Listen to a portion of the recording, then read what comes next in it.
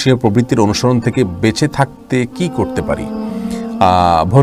ভাই ইরফান, আপনাকে আমি যে কথা বলবো সে কথা প্রায় সময় বলে থাকি, সেটা হলো প্রবৃত্তির অনুসরণ, নফসের গোলামি, এটা কিন্তু একটা শিরক।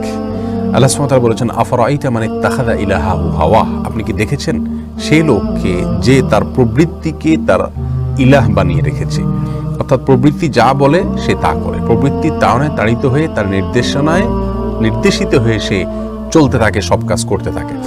তো এই জায়গা থেকে আমরা বলতে পারি এই আয়াতের আলোকে যে একজন মানুষ যে তার নফস যা বলে তা করে, যা খুশি খেয়ালে আসে তাই করে, নফসের বিরোধিতা করা, নফসের মোকাবেলা করা, নফসের সাথে আপনার টক্কর দেওয়া, তার বিপরীতে চলার মতো শক্তি যদি কারণ না থাকে, তাহলে বুঝতে হবে তার ভিতরে ইমানের দুর্বলতা রয়েছে।